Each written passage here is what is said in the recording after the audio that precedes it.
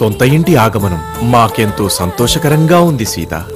అవును స్వామి. ఇక మన కష్టాలు తీరినట్టే సీత. ఆనందంగా ఉండాల్సిన సమయంలో ఈ విచారమేలా స్వామి? ఏం చెప్పమంటావు సీత?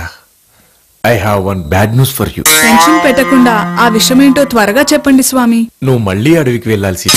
వాట్? ఎస్, తప్పదు. Nothing doing. It's my order. ఊరికి ఫారెస్ట్ పోనీక ఏమన్నా మజాక్ అనుకున్నావా? అలా తిన్నీక దొరకదు, తాగనీక దొరకదు. మొన్ననే ఫ్యామిలీ ప్రాబ్లమ్స్ అని చెప్పి 14 ఏళ్ళు ఎంట తీసుకుపోతుంది. ఇప్పుడు మళ్ళా బొమ్మంటావు, అది కూడా సింగిల్ గా. నేను పంపా. అసలు నా ప్రాబ్లమ్స్ కి ఎండే లేదా? It's my order.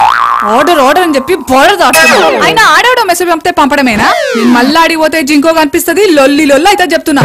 లక్ష్మణ అన్నా, మీ వదినని తీసుకెళ్లి అడవిలో వదిలేసిరా. మరి కారు నీ తీసుకెళ్ళు నాయన. నా సర్వీసింగ్ ఇచ్చినా అన్నా.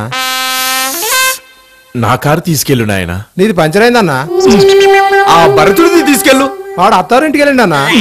ఎలాగోలా చేసి తీసుకెళ్ళరా నాయన. పాటలు పాడతాం, డాన్సులు చేస్తాం, చరిత్రలు చెప్తాం. సార్ మేము మస్తు పాడతాం సార్ పాటలు. వలదు నాయనలారా, వెళ్ళిరండి. సార్ మీ చరిత్ర గురించి మస్తు విన్నాం సార్, ఒక పాట విని రాదే? బాలక వద్దని చెప్పానుగా, మీరు వెళ్ళిరండి. అరే సార్ అట్లా అంటా, నువ్వు తగులుకోరా.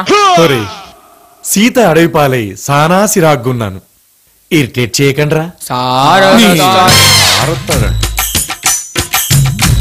లవకుశుల్లారా,